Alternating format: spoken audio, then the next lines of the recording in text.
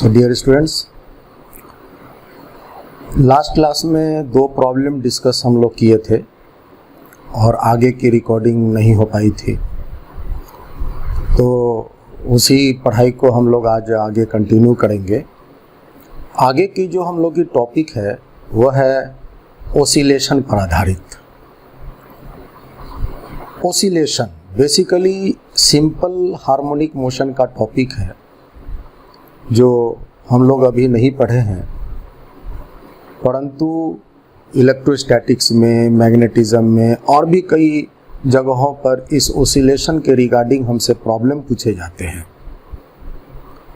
तो हम पहले यहाँ कुछ बेसिक बातों का जिक्र कर दें और वैसी कॉन्सेप्ट हम आपको दे दें कि आगे चल के जहाँ कहीं भी हमें ये ओसिलेशन के रिलेटेड सवाल अगर मिले तो हम उसे बहुत अच्छे से बना सकें, उसको हम समझ भी सकें और उसको हम अच्छे से बना भी सकें।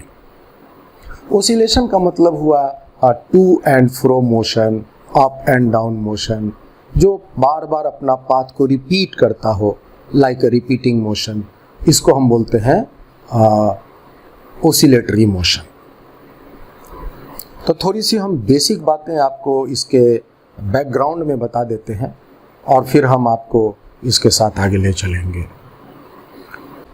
जितने भी पाथ रिपीटिंग मोशन होते हैं उसको हम तीन भागों में कैटेगराइज करते हैं।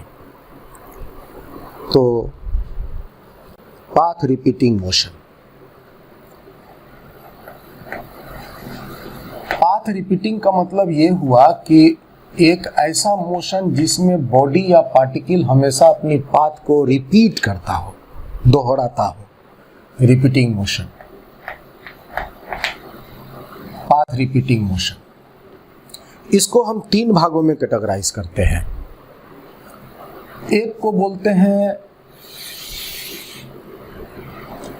सिंपल पीरियोडिक मोशन, पीरियोडिक को ही हम हार्मोनिक मोशन भी कह सकते हैं। दूसरा जो है उसको हम कहते हैं ओसिलेटरी मोशन, ओसिलेटरी मोशन। और तीसरा को हम कहते हैं simple harmonic motion, simple harmonic motion. ये तीन प्रकार के मोशन है और ये तीनों के तीनों पाथ रिपीटिंग मोशन है। ये भी और ये भी। तीनों में जो मूलभूत अंतर ये है कि इस तरह के जो मोशन होंगे वो अपनी पाथ को बस बार बार रिपीट करेंगे। ये जो पीरियोडिक मोशन होगा इसके बारे में हम सिंपली ये कहेंगे, repeats its path after a regular interval of time। अब अगर आपको कहीं पर भी ऐसा मोशन मिल रहा हो कि एक पार्टिकल या बॉडी हमेशा अपना पाथ बार बार रिपीट कर रहा हो, तो उसको हम बोलेंगे पीरियोडिक मोशन। जैसे हम कुछ एक एग्जांपल आपको यहाँ दे देते हैं। मान लिया जाए कि एक पार्टिकल है वो सर्कुलर मोशन में चल रहा है, ये पार्टिकल है वो सर्कुलर मोशन में चल रहा है, तो ये एक पूरा सर्किल कंप्लीट करने के बाद फिर वापस वही पाथ को कवर करेगा, तो ये भी हुआ path repeating motion, that is periodic motion. दूसरा, हम लोग की जो धरती है वो सूरज के चारों ओर घूमता है और ये भी एक पूरा चक्कर काटने के बाद 365 दिन में वापस फिर अपने पाथ को रिपीट करता है, दैट इज अगेन वी से it is path repeating motion. तीसरा है कि अगर मान लिया जाए हम ये जो है एक दीवार है, ये भी एक दीवार है और ये ज़मीन जो है वो सपोज करो कि स्मूथ है और एक बॉल मान लेते हैं हम यहाँ पर रख देते हैं और इस बॉल को हम अगर भी स्पीड से इधर एक दीवार की तरफ भेज दें तो क्या होगा, ये बॉल इस दीवार से टकराएगा, रिटर्न हो करके फिर इस दीवार से टकराएगा, फिर रिटर्न होकर इस दीवार से टकराएगा और ये बार बार ये अपने पाथ को इस दो दीवारों के बीच रिपीट करता रहेगा। This is also our periodic motion. चौथा, अनेकों एग्जाम्पल हैं जो पीरियोडिक मोशन के बारे में हम बोल सकते हैं। जैसे मान लिया जाए कि एक स्प्रिंग है, स्प्रिंग में अगर हम एक मास को बांध देते हैं और मास को बांध करके थोड़ा सा आगे खींच करके छोड़ दें तो ये बार बार अपने पाथ को इस तरह से रिपीट करेगा। चौथा, पांचवा, अगर एक धागा में एक पार्टिकल को बांध दें और ये इस तरह से ओसिलेट करे तो इसको भी हम जो है रिपीटिंग मोशन कहेंगे। तो ऐसे हजारों मोशन हम यहाँ पर डिस्क्राइब कर सकते हैं जो अपने पाथ को बार बार रिपीट करता है। इसी रिपीटिंग मोशन में, पाथ रिपीटिंग मोशन में, जिस बॉडी में भी ओसिलेशन हो रहा हो, ओसिलेशन मतलब टू एंड फ्रो मोशन हो रहा हो या अप एंड डाउन मोशन हो रहा हो, उसको हम बोलेंगे oscillatory motion. The to and fro या अप एंड डाउन मोशन, ये जो है कहलाएगा आपका ओसिलेटरी मोशन।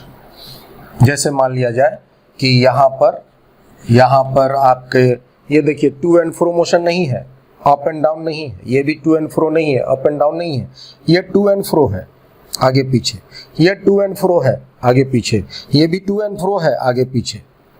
तो हम इनको ओसिलेटरी मोशन बोल सकते हैं, इसको हम ओसिलेटरी मोशन बोल सकते हैं, इसको भी हम ओसिलेटरी मोशन बोल सकते हैं।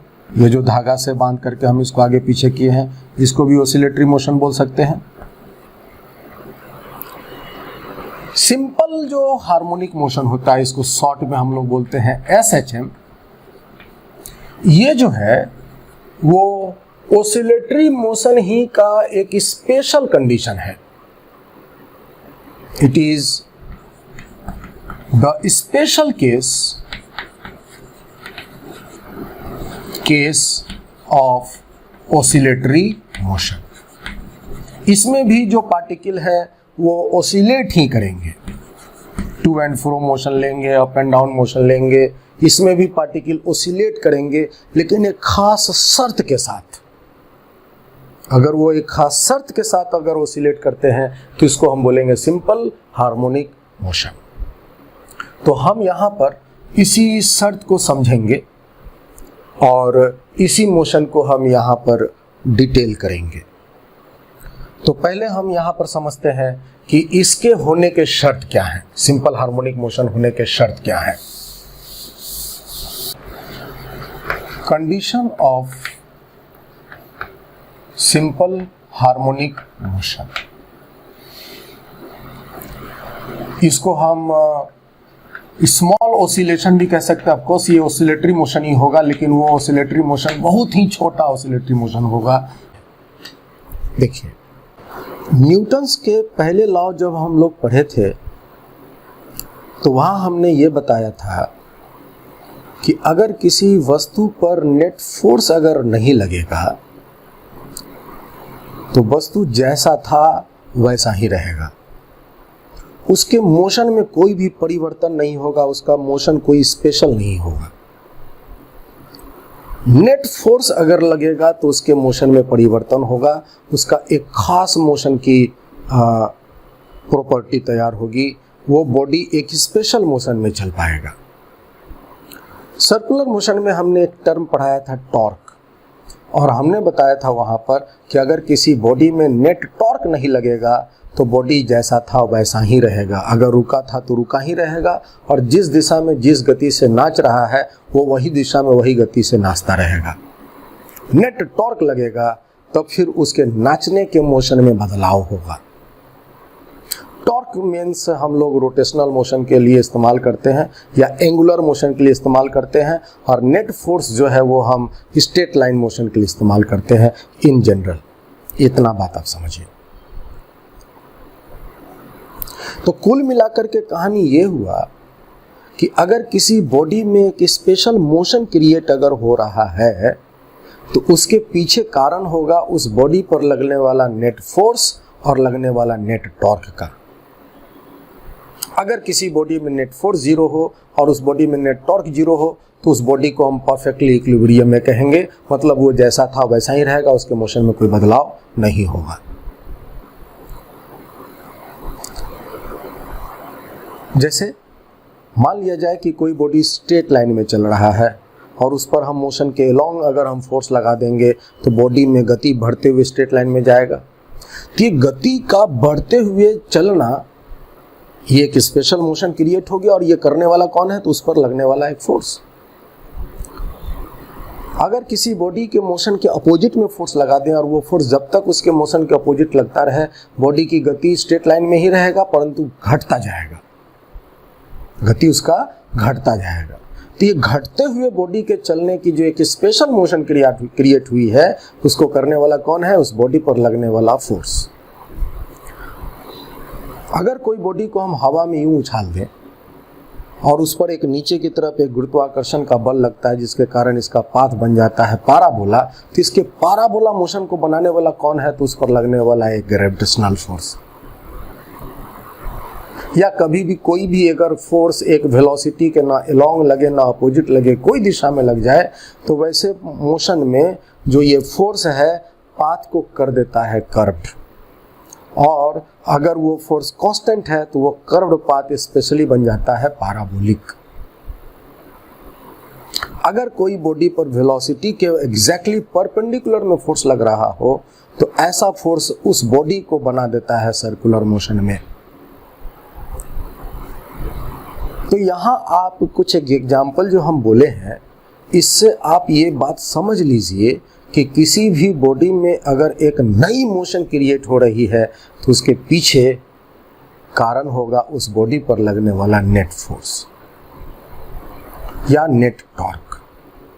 तो यहाँ पर भी सिंपल हार्मोनिक मोशन में भी अगर कोई बॉडी तैयार हो रहा है, तो इसको भी बनाने वाला होगा उस बॉडी पर लगने वाला नेट फोर्स या उस पर लगने वाला नेट टॉर्क।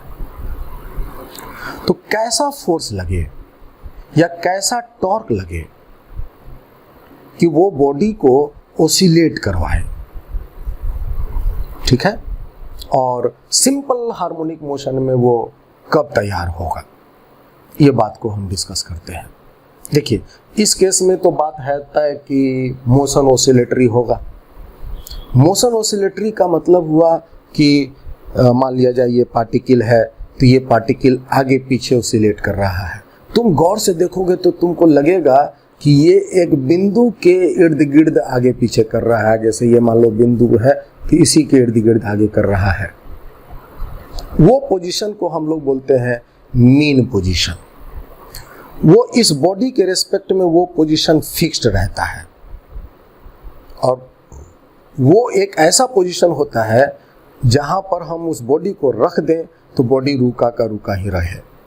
मतलब कहने का कि वो बॉडी उस पर्टिकुलर पोजीशन पर इक्विलिब्रियम में रहता है। और हम थोड़ा डिटेल कर दें तो वो इक्विलिब्रियम उस बॉडी की स्टेबल इक्विलिब्रियम होती है।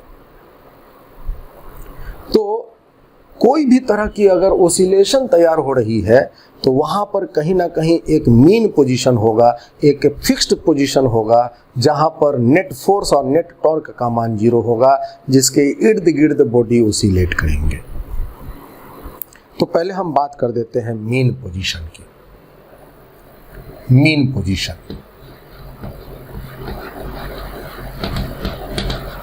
जिसके इर्द गिर्द बॉडी ओसिलेट करेगा, about which body या particle oscillate, एक पोजीशन। ये वो पोजीशन है at which the body or particle will be in equilibrium, will be in equilibrium। Equilibrium, और ये जो इक्विलिब्रियम होगा वो कैसा होगा? तो वो इक्विलिब्रियम एग्जैक्टली स्टेबल होगा। अनस्टेबल होगा तो फिर वो ओसिलेट नहीं करेगा। मतलब कहने का कि इस अवस्था में नेट फोर्स 0 लगेंगे इस मीन पोजीशन पर, और अगर वो एंगुलर मोशन ले रहा हो तो उस पर नेट टॉर्क का मान 0 होगा। तीसरा, ये पोजीशन वो पोजीशन होगा जो फिक्स्ड होगा विथ रिस्पेक्ट टू फिक्स्ड, ये फिक्स्ड होगा, ये चेंज नहीं होगा, ऑब्जेक्ट या बॉडी के रिस्पेक्ट में ये चेंज नहीं होगा। और ये वो पोजीशन है जहां पर इक्विलिब्रियम है, नेट फोर्स का मान 0 है, और अगर इक्विलिब्रियम है तो स्टेबल है, और स्टेबल है तो इसको हम बोलेंगे कि इस पर्टिकुलर अवस्था में जो पोटेंशियल एनर्जी होगा, पोटेंशियल एनर्जी जो होगा वो मिनिमम होगा। स्टेबल इक्विलिब्रियम में हमने बताया था। और इसी अवस्था में काइनेटिक एनर्जी जो होता है, काइनेटिक एनर्जी वो मैक्सिमम होता है, मैक्सिमम होता है। और काइनेटिक एनर्जी मैक्सिमम तो उस बॉडी की या जो पार्टिकल की वेलोसिटी होगा, अगर वो स्ट्रेट लाइन में ऑसिलेट कर रहा है तो लीनियर वेलोसिटी, और अगर वो एंगुलर मोशन में ऑसिलेट कर रहा हो तो एंगुलर वेलोसिटी जो होगा उसका मैक्सिमम होगा। तो ये सारी पहचान है। आप इनमें से कोई भी एक पोजीशन की पहचान कर लो तो आपको मीन पोजीशन की पहचान हो जाएगी। तो मीन पोजीशन वो पोजीशन है जहां पर हम बॉडी को रख दें रोक करके, तो बॉडी रुका ही रहे, मतलब वो इक्विलिब्रियम पोजीशन होगा। इस पोजीशन के अबाउट ही बॉडी जो है या पार्टिकल जो है ऑसिलेट करता है। इस पोजीशन पर पोटेंशियल एनर्जी के मान मिनिमम होते हैं और काइनेटिक एनर्जी के मान मैक्सिमम होते हैं। इस पोजीशन पर जो वेलोसिटी होता है मैक्सिमम होता है, और बॉडी के रिस्पेक्ट में ये पोजीशन फिक्स्ड होता है। इसको हम बोलते हैं मीन पोजीशन। ये मीन पोजीशन काफ़ी इंपॉर्टेंट काम करता है एक कंडीशन ऑफ एसएचएम के केस में। तो हम यहाँ पर कंडीशन लिखने वाले थे। कंडीशन है कि कब कोई बॉडी ऑसिलेट करेगा, सिंपल हार्मोनिक मोशन में कहलाएगा। तो इसका कंडीशन है कि if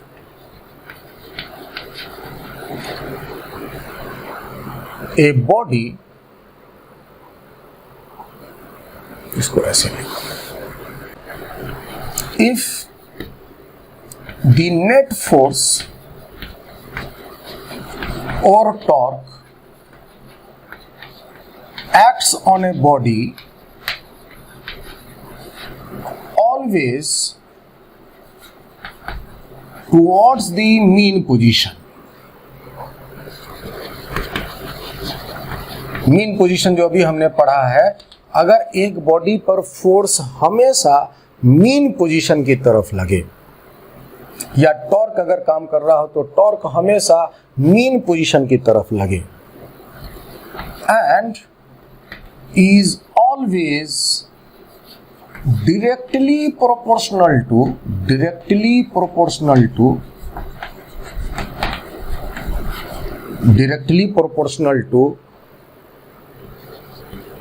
the linear position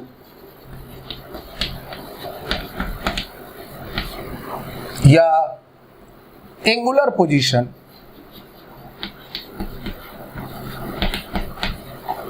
from the mean position।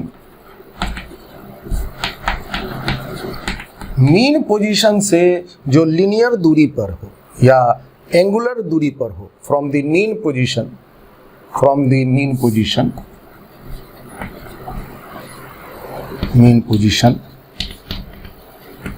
then we say, then the body will execute in simple harmonic motion। तब उस केस में जो बॉडी है वो सिंपल हार्मोनिक मोशन में ऑसिलेट करेगा।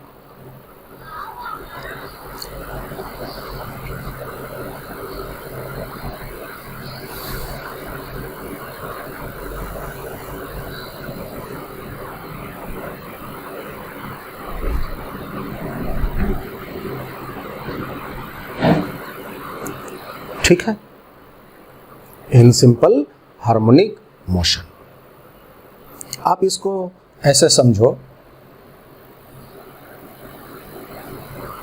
कि सिंपल हार्मोनिक मोशन के कंडीशन में दो सिचुएशन तैयार होते हैं, एक है नेट फोर्स का और एक है नेट टॉर्क का। बेसिकली सिंपल हार्मोनिक मोशन को हम दो भागों में बांटते हैं। सिंपल हार्मोनिक मोशन का दो टाइप कह सकते हैं। एक कहलाता है linear simple harmonic motion, linear simple harmonic motion, और दूसरा है एंगुलर सिंपल हार्मोनिक मोशन। एक है लीनियर सिंपल हार्मोनिक मोशन जिसमें बात नेट फोर्स की होगी, और एक है एंगुलर सिंपल हार्मोनिक मोशन जिसमें बात टॉर्क की होगी। इसको हम AHM भी कहते हैं और इसको हम SHM भी बोलेंगे। सीधा सिंपली हम इसको SHM भी बोलेंगे और उसको हम AHM भी बोलेंगे। तो इस केस में क्या होता है कि जैसे मान लो कि ये एक पार्टिकल, ये मान लिया जाए एक पोजीशन है। इस केस में देखिए, मान लिया जाए ये एक आपका मीन पोजीशन है और बॉडी यहीं पर है। ये जो बॉडी है ये यहीं पर है।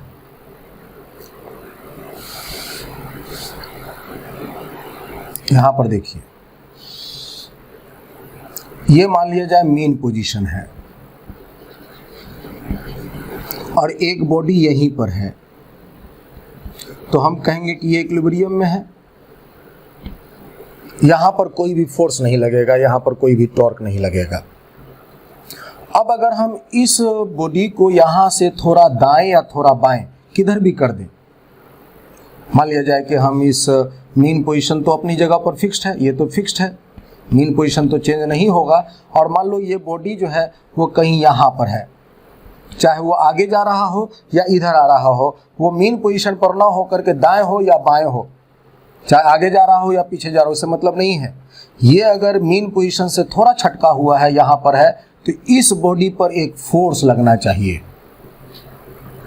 और वो फोर्स हमेशा इस फिक्स्ड पोजीशन की तरफ लगना चाहिए।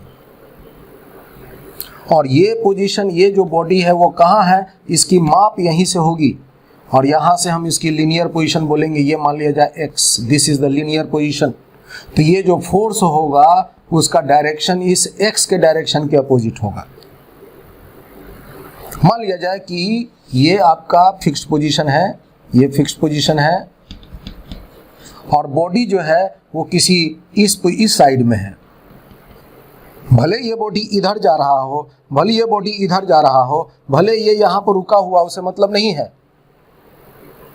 वो फिक्स पोजीशन के अलावा कहीं पर भी हो तो उस बॉडी पर एक फोर्स लगना चाहिए और वो फोर्स हमेशा फिक्स पोजीशन की तरफ लगना चाहिए। This is the first condition कि the force should always act towards the mean position, mean position की तरफ लगना चाहिए।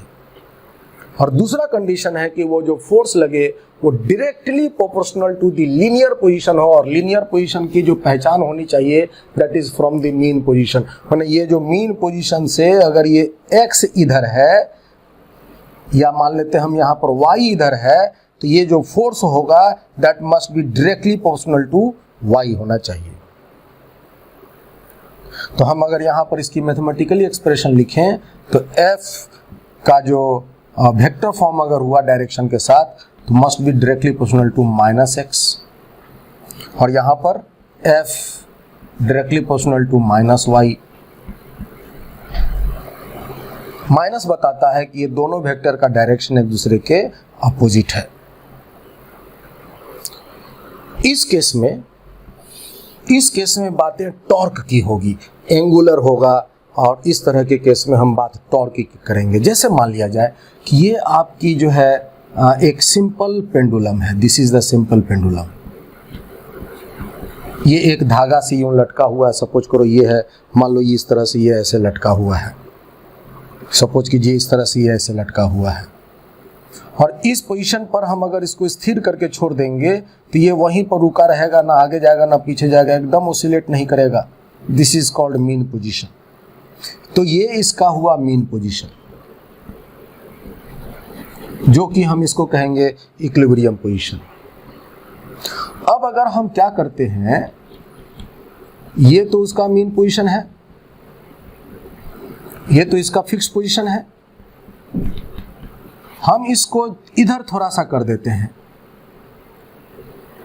यहां कर देते हैं, चाहे वो यहाँ पर होने के बाद ये ऊपर जा रहा हो, नीचे जा रहा हो या रुका हुआ, उससे मतलब नहीं है। इस पोजीशन पर एक टॉर्क लगना चाहिए। और टॉर्क किधर लगना चाहिए? तो टॉर्क लगना चाहिए टुवर्ड्स द मीन पोजीशन, इधर की तरफ। The torque direction must be along this direction, in this direction. इस तरह से रोटेशनल टेंडेंसी उस टॉर्क की होनी चाहिए ताकि ये बॉडी अपने बैक पोजीशन में आने की बात करे। या दूसरी अवस्था में अगर हम बात करिए तो उसका मीन पोजीशन तो है ही, और अगर वो जो बॉडी है वो अगर यहाँ कहीं है, चाहे ऊपर जा रहा हो, नीचे जा रहा हो, तो इस पोजीशन पर जब ये बॉडी है तो इस पर टॉर्क इधर लगना चाहिए। तो आप यहाँ पर गौर से देखिएगा तो मान लिया जाए कि ये मीन पोजीशन से कितना एंगुलर पोजीशन इधर है। ये मीन पोजीशन से ये जो बॉब है ये कितना एंगुलर पोजीशन इधर है, दैट इज से इट इज थीटा। और इस केस में कितना इधर है, मान लिया जाए ये है बीटा। तो चाहे यहाँ जो भी अवस्था में एंगल तैयार किया जा रहा हो, ये जो टॉर्क होगा, इस केस में जो टॉर्क होगा that is directly proportional to theta. और अगर हम डायरेक्शन के साथ लिखें तो आप लिख सकते हैं माइनस थीटा। इस केस में अकॉर्डिंगली आप लिख सकते हैं torque directly proportional to minus beta. So this is the condition of oscillation. तो जहां कहीं भी अगर इस तरह की बात मिलता हो तो हम इसको बोलेंगे कि जो बॉडी है वो ओसिलेट करेगा, गारंटली ओसिलेट करेगा, और हम मोशन को सिंपल हार्मोनिक मोशन कह सकते हैं। थोड़ी सी बातें हम इसकी गणित की यहाँ पर करते हैं, इसको हम हटा देते हैं।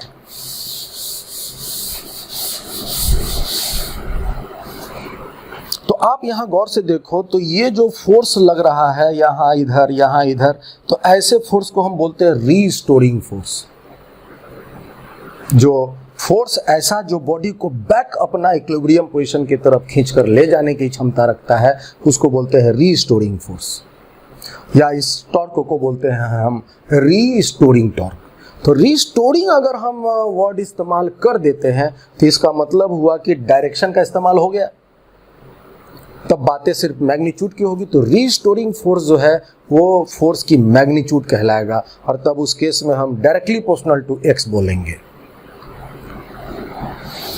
तो यहाँ पर अगर हम फोर्स रीस्टोरिंग अगर लगा देते हैं, रीस्टोरिंग माने towards the mean position, restoring माने टुवर्ड्स द मीन पोजीशन, तब उस केस में डायरेक्टली प्रोपोर्शनल टू एक्स कह देंगे। और यहाँ पर रीस्टोरिंग टॉर्क अगर बोलते हैं तो रीस्टोरिंग अगर लगा देते हैं तो इसका मतलब डायरेक्शन हमने इस्तेमाल कर लिया, तब उस केस में डायरेक्टली प्रोपोर्शनल टू हम थीटा या बीटा जो भी है हम लिख सकते हैं। प्रोपोर्शनलिटी को हटाते हैं तो इस फोर्स को रीस्टोरिंग हम बार बार नहीं लिखेंगे, ये फोर्स का मैग्नीट्यूड भी कह सकते हैं, that is equal to kx। और फोर्स अगर वेक्टर फॉर्म में लिखना है तो आप इसको माइनस kx भी बोल सकते हो। यहाँ पर टॉर्क को हम डायरेक्टली प्रोपोर्शनलिटी को हटाते हैं तो c थीटा, वेक्टर फॉर्म में लिखते हैं तो माइनस c थीटा। तो ठीक है, ये तो बातें एक हो गई जो हम लीनियर मोशन के रिगार्डिंग अभी हमने समझा है। इसको हम पॉइंट नाम दे देते हैं 1, एग्जाम्पल के रूप में जो है। दूसरी बात हम यहाँ पर ये बताना चाहते हैं कि अगर हम फोर्स को वेक्टर में डायरेक्शन के साथ लिखें, ये रीस्टोरिंग फोर्स नहीं है, एक जनरल फोर्स है, जहाँ कहीं भी लगे एक्स के डायरेक्शन के अपोजिट। ये जो टॉर्क है वो जनरल है, जहाँ कहीं भी लगे वो थीटा के अपोजिट।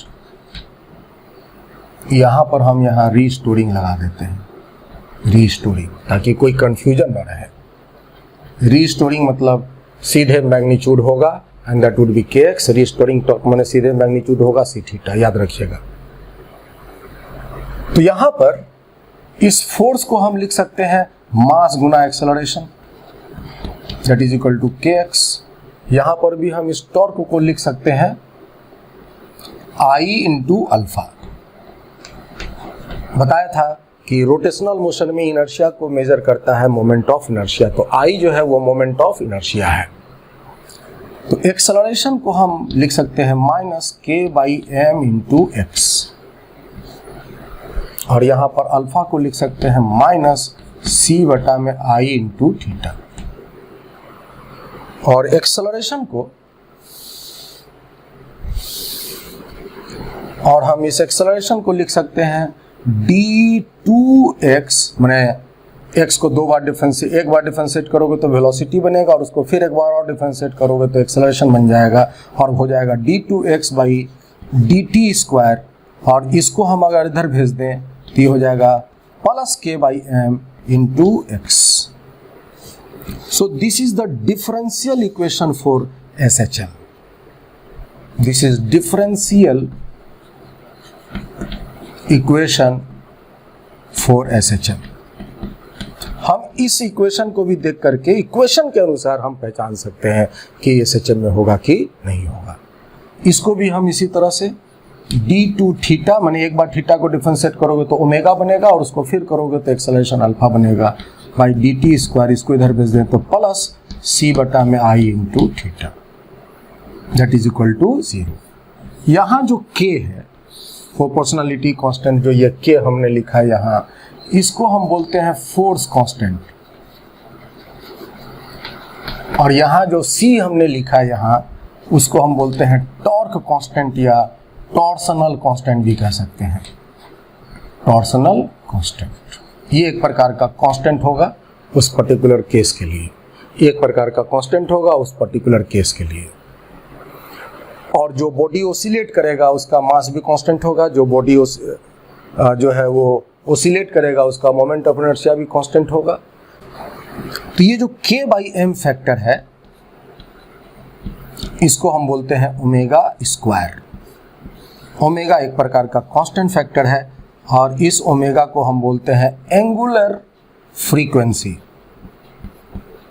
एंगुलर फ्रीक्वेंसी, इसका यूनिट होगा रेडियन पर सेकेंड, और इसका मान हम लिख सकते हैं 2f पाई, जहां f को सीधे बोलेंगे फ्रीक्वेंसी, जो कि इसका यूनिट हम कह सकते हैं हर्ट्ज या पर सेकेंड, और इसी को हम ओमेगा के रूप में लिख सकते हैं 2 पाई बाई टी। फ्रीक्वेंसी का रेसिप्रोकल टाइम पीरियड होता है, तो t जो है ये कहलाता है टाइम पीरियड। दोनों केस में वही ओमेगा यहाँ भी है, वही ओमेगा यहाँ भी है, तो यहाँ पर भी हम ओमेगा स्क्वायर को बोलेंगे c बटा में i। This is constant term for simple harmonic motion. तो ये हम लोग का एक रिलेशन तैयार हो गया है। तो कुछ मैथमेटिकल डेरिवेशन भी हमने तैयार किया है। आप बस कंडीशन समझ के रखिए कि सिंपल हार्मोनिक मोशन में कंडीशन क्या होगा।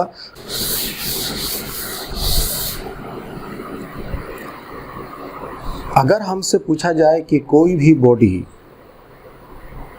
ओसिलेट करेगा कि नहीं करेगा ये बताइए, या बॉडी सिंपल हार्मोनिक मोशन में होगा कि नहीं होगा ये बताइए, बस कुछ नहीं, हम वहाँ पर मेन पोजीशन का पहले चुनाव करेंगे कि कहाँ है उसका मेन पोजीशन। कोई ना कोई होगा मेन पोजीशन, अगर नहीं तो बोलिए SHM में तो होगा ही नहीं, बात ही नहीं उठ सकता SHM का। अगर SHM की बात उठी है तो वहाँ जरूर मेन पोजीशन नाम का कोई ना कोई पोजीशन होगा, जहाँ पर हम बॉडी को स्थिर करके छोड़ दें तो बॉडी स्थिर ही रहे। वो एक फिक्स पोजीशन होगा, वो एक इक्विलिब्रियम पोजीशन होगा।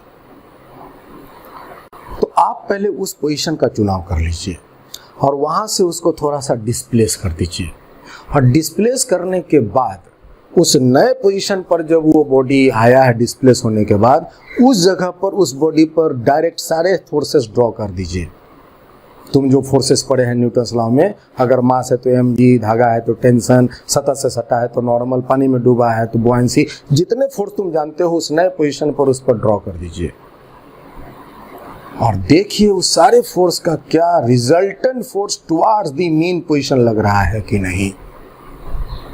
रिजल्टेंट फोर्स अगर मेन पोजीशन की तरफ अगर लगेगा तभी वो सिंपल हार्मोनिक मोशन में हो सकता है, होगा ही नहीं बोलेंगे, हो सकता है, ओसिलेट करेगा, ओसिलेट कर सकता है। और अगर वो force directly proportional to x अगर हो गया तो समझ लीजिए दोनों कंडीशन फुलफिल्ड हो गया। टुवार्ड द मेन पोजीशन लग ही गया है पहले ही, और वो डायरेक्टली प्रोपोर्शनल टू x आ ही गया है, तो SHM में हो गया। अब ज़्यादा खोजबीन नहीं करेंगे, टुवार्ड्स द मीन पोजीशन आ गया और x डायरेक्टली प्रोपोर्शनल टू हो गया, तो हम कहेंगे कि वो सिंपल हार्मोनिक मोशन में होगा। मतलब कि ऐसा जो बॉडी है ओसिलेट करेगा। अब अगर ये ओसिलेट करता है तो इसकी ओसिलेशन की एक टाइम पीरियड होगी। तो आपसे इस तरह के ओसिलेशन की टाइम पीरियड कैलकुलेट करने के लिए कहेगा। तो चलिए हम निकालते हैं टाइम पीरियड कैसे कैलकुलेट करना है। टाइम पीरियड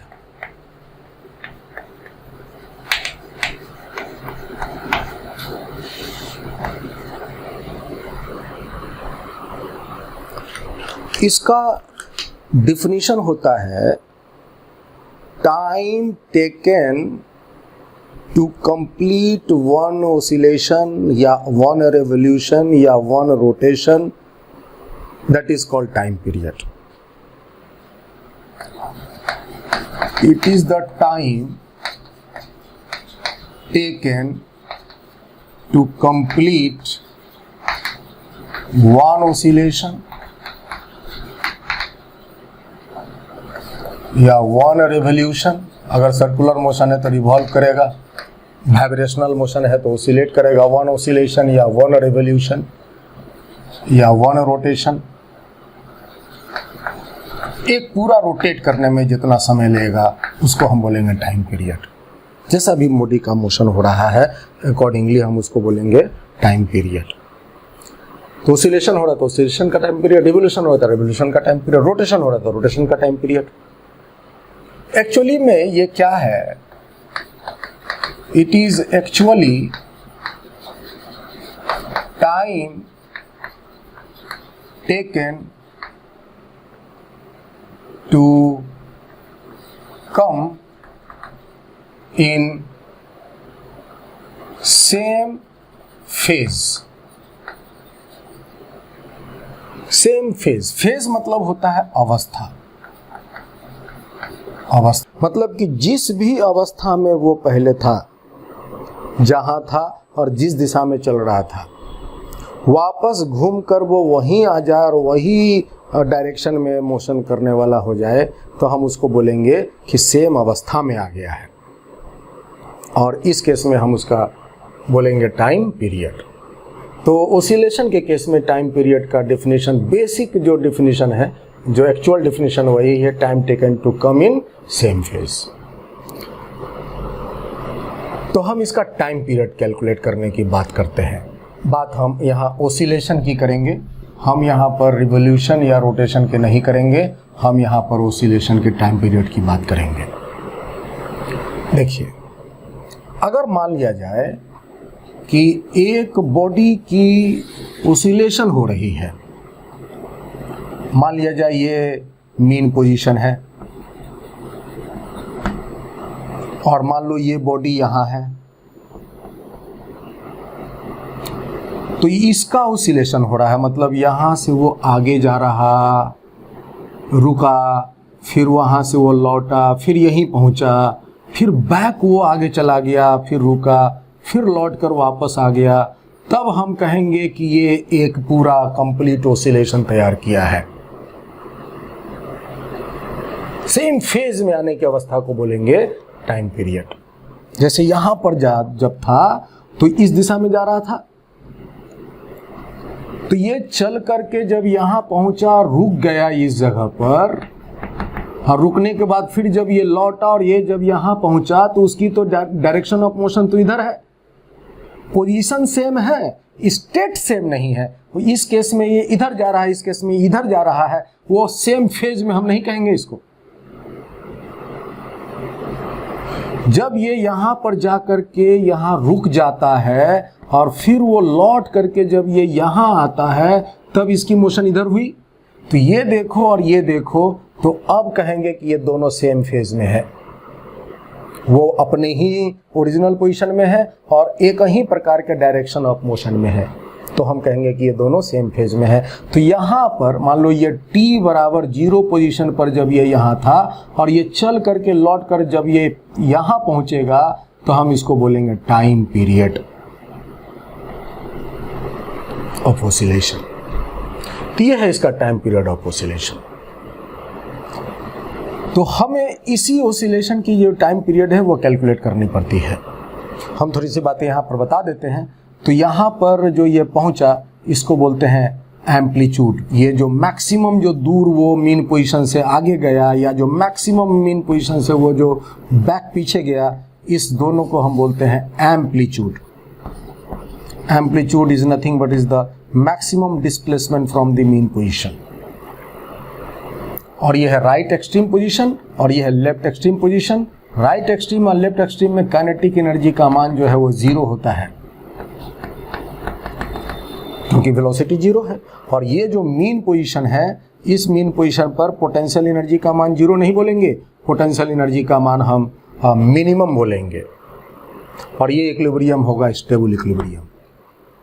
बात कर रहे थे हम टाइम पीरियड की, थोड़ी सी और बात समझिए। मान लो कि वो यहाँ से चला A से, पहुँचा वो B पर, और B से चल के वो फिर A पर आ गया। देखो जी, ये नहीं है कि ये यहाँ जाने के बाद ये ऊपर उठ गया फिर इधर आ गया और फिर यहाँ पर रुकने के बाद फिर थोड़ा ऊपर हो गया और इधर चल दिया। वो एक ही लाइन में मोशन में है, वो एक ही लाइन में मोशन में है।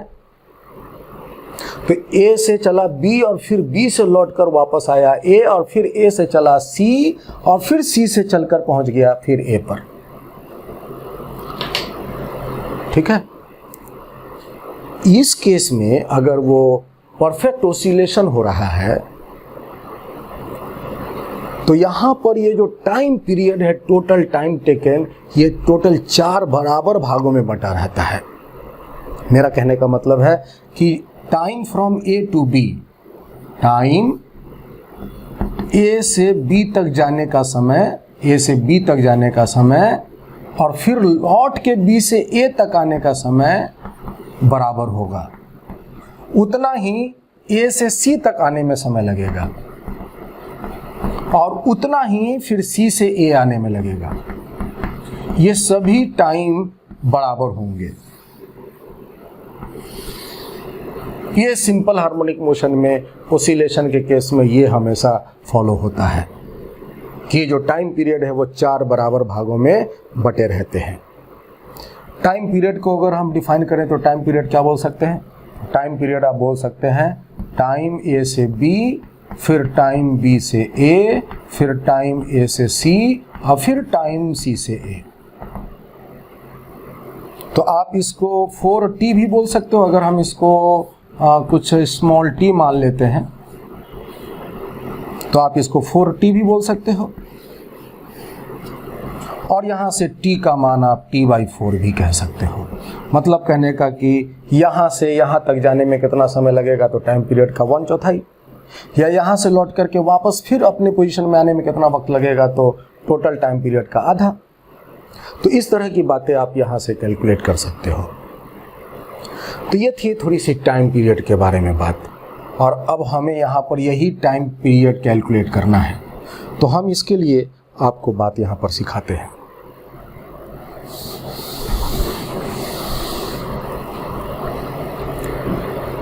Calculation of time period.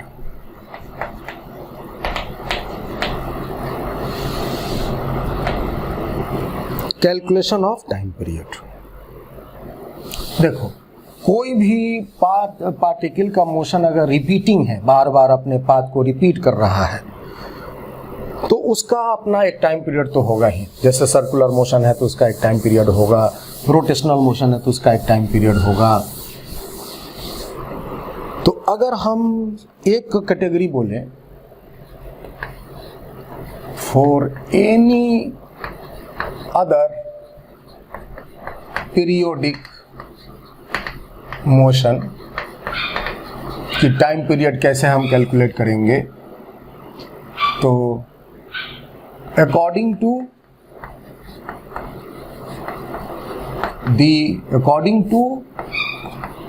the motion described by the body या पार्टिकल। मतलब उसका जो टाइम पीरियड होगा, इसका कोई फॉर्मूला फिक्स नहीं है। अगर कोई बॉडी अपना पाथ बार बार रिपीट कर रहा हो और वो कोई एक अलग प्रकार का पीरियोडिक मोशन हो। सिंपल हार्मोनिक मोशन की बात हम नहीं कर रहे हैं, सिंपल हार्मोनिक मोशन के अलावा कोई भी दूसरा, जैसे वो एक हार्मोनिक और पीरियोडिक मोशन हमने क्लासीफाई किया था, उस केस के रेंज में ये है, या दूसरा जो हम ओसिलेटरी मोशन कंसीडर किए थे उस केस के लिए भी ये है।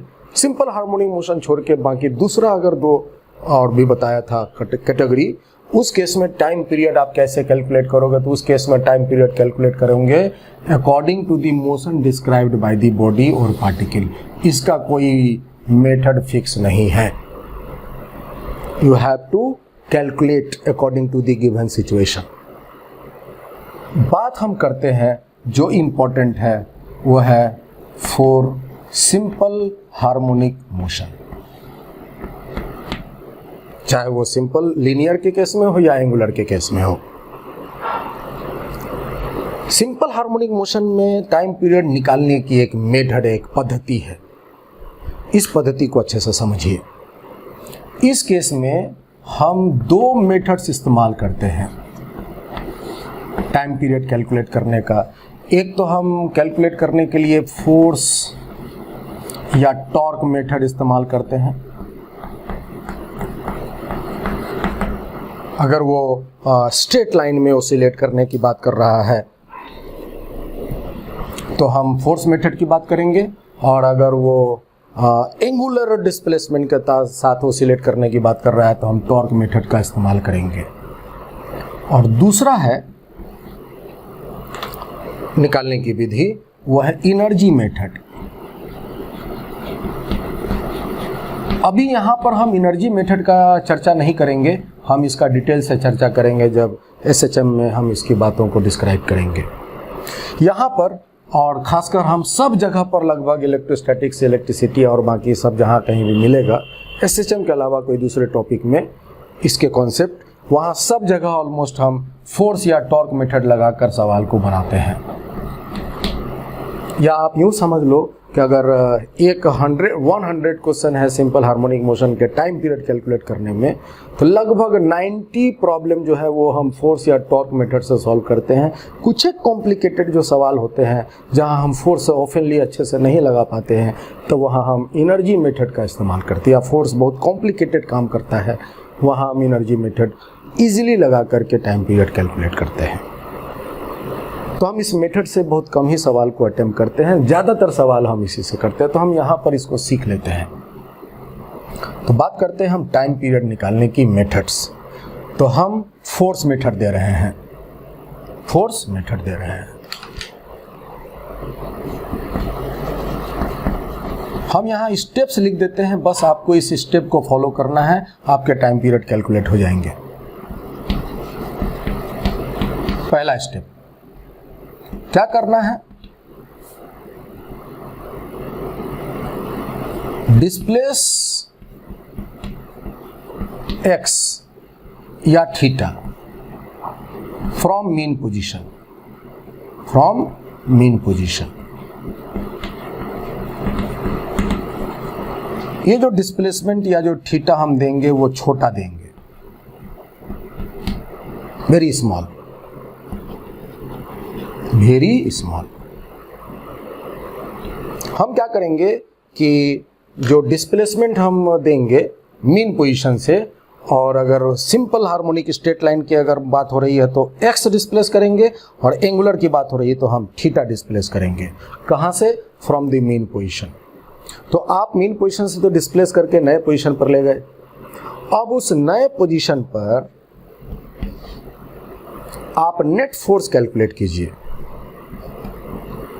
Find net force, of course torque. अगर एक्स डिस्प्लेस किए हैं तो नेट फोर्स, थीटा किए हैं तो net torque, towards mean position. अब बोलोगे सर अगर ऐसा हमें net force towards mean position नहीं मिला या मीने पोजीशन पता नहीं चल पा रहा, तो एक तो वो सिंपल हार्मोनिक मोशन की बात तो नहीं करेगा, और करेगा तो मीन पोजीशन तो होगा ही होगा।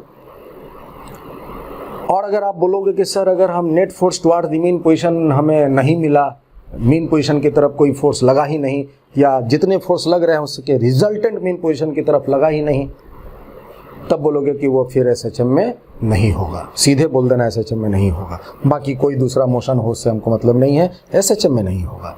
उसके लिए net force towards the mean position लगना चाहिए। तो आप ये मान कैलकुलेट कर लीजिएगा, एसएचएम में होगा तो ये जरूर लगेगा। उसके बाद क्या कीजिए, फाइंड एक्सेलरेशन। कैसे निकालोगे acceleration?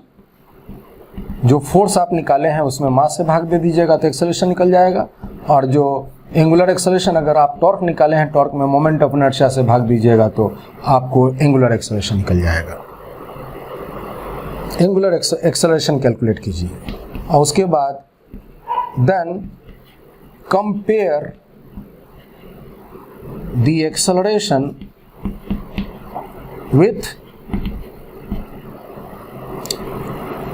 with a omega square x या alpha omega square into theta. देखिए हम यहाँ माइनस नहीं लिए हैं क्योंकि हमने मेथड में टुवार्ड्स दी मीन पोजीशन की बात कर ही दिए हैं कि जो फोर्स लगे या टॉर्क लगे वो टुवार्ड्स मीन पोजीशन डायरेक्शन हमने यहाँ इस्तेमाल कर लिया है। मैंने रीस्टोरिंग फोर्स या रीस्टोरिंग टॉर्क कैलकुलेट करने की हम यहाँ बात कर रहे हैं, तो हमने यहाँ पर इसलिए माइनस नहीं लिया है। तो ये जो एक्सेलरेशन आप निकालोगे उस एक्सेलरेशन को इसके साथ कंपेयर कर लेना। तो कंपेयर करने के बाद आपको प्राप्त होगा find omega and then find theta T using T equal to 2 pi by omega. बस कुछ नहीं। तो ये जो net force towards the mean position आएगा वो डायरेक्टली प्रोपोर्शनल टू एक्स भी होगा। अब डायरेक्टली प्रोपोर्शनल टू एक्स अगर देखो मीन पोजीशन प्राप्त हो गया, टुवर्ड्स द मीन पोजीशन आपने नेट फोर्स भी कैलकुलेट कर लिया, और वो नेट फोर्स अगर डायरेक्टली प्रोपोर्शनल टू एक्स अगर नहीं है तो फिर वो एसएचएम में नहीं होगा। या टॉर्क निकाले वो डायरेक्टली प्रोपोर्शनल टू थीटा नहीं है तो फिर वो एसएचएम में नहीं होगा। एसएचएम में होने के लिए ये शर्त है कि वो डायरेक्टली प्रोपोर्शनल टू एक्स होना चाहिए, टुवर्ड्स द मीन पोजीशन होना चाहिए। तभी आप इसमें कंपेयर करके ओमेगा निकाल पाओगे और ओमेगा की सहायता से आपका टी निकल जाएगा। और यही टी निकालना मेरा मकसद है। तो कुल मिलाकर जितने भी तरह के पीरियोडिक मोशन मिलेंगे उन सब के टाइम पीरियड कैलकुलेट करने की यहाँ पर आपकी विधि है। एक तो पीरियोडिक मोशन हो गया, 3 कैटेगरी बताए, एक पीरियोडिक बताए, एक ऑसिलेटरी बताए, एक एसएचएम बताए। पीरियोडिक और ऑसिलेटरी के लिए कोई फॉर्मूला फिक्स नहीं है, तो वो सिचुएशन के अनुसार हम डिस्क्राइब करेंगे। रह गया एसएचएम का, लगभग एसएचएम के हर एक सवाल के टाइम पीरियड कैलकुलेट करने के लिए है। बाकी कुछ स्टैंडर्ड रिजल्ट हैं जो एसएचएम में हम आपको बताएंगे, या जहां ज़रूरत पड़ेगा वहाँ हम बताते चलेंगे। जो स्टैंडर्ड रिजल्ट जैसे सिंपल पेंडुलम का टाइम पीरियड का स्टैंडर्ड रिजल्ट फिक्स है, स्प्रिंग पेंडुलम का, कंपाउंड पेंडुलम का, ये सारे टर्म के टाइम पीरियड जो है हम लोग याद रखते हैं ताकि काम को तेज़ी से कर सकें। तो रास्ते में अगर मिलेगा तो हम उसको बताते चलेंगे, अन्यथा हम एसएचएम में तो ये सारी बातें डिराइव भी करके निकालते हैं। तो ठीक है, तो ये है आपके टाइम पीरियड कैलकुलेट करने की प्रॉपर विधि। टाइम पीरियड हम एक बार फिर बता देते हैं। फोर्स मेथड में क्या करेंगे, मीन पोजीशन पकड़ लेंगे, वहाँ से हम एक्स डिस्प्लेस कर देंगे या थीटा डिस्प्लेस कर देंगे। नई पोजीशन पर हम फोर्स बॉडी डायग्राम बनाएंगे और बनाकर टुवर्ड्स द मीन पोजीशन हम नेट फोर्स कैलकुलेट करेंगे या नेट टॉर्क कैलकुलेट करेंगे, और देखेंगे कि वो टुवर्ड्स द मीन पोजीशन जो टॉर्क या फोर्स आया कि नहीं, और वो अगर आया तो डायरेक्टली प्रोपोर्शनल टू एक्स या थीटा हुआ कि नहीं। अगर हुआ तब हम आगे बात करेंगे, एसएचएम की बात करेंगे, नहीं तो नहीं करेंगे। अगर डायरेक्टली प्रोपोर्शनल टू एक्स आ गया, टुवर्ड्स द मीन पोजीशन आ गया, तब जाके हम एक्सेलरेशन निकालेंगे और इसको हम इसके साथ कंपेयर करेंगे। कंपेयर करके ओमेगा कैलकुलेट करेंगे और ओमेगा से फिर हम टाइम पीरियड कैलकुलेट करेंगे। अब हम इसी को अप्लाई करने के लिए एक एग्जाम्पल लेते हैं। आप इस एग्जाम्पल को अच्छे से समझने का प्रयास कीजिए, बहुत सारी बातें स्पष्ट हो जाएंगी।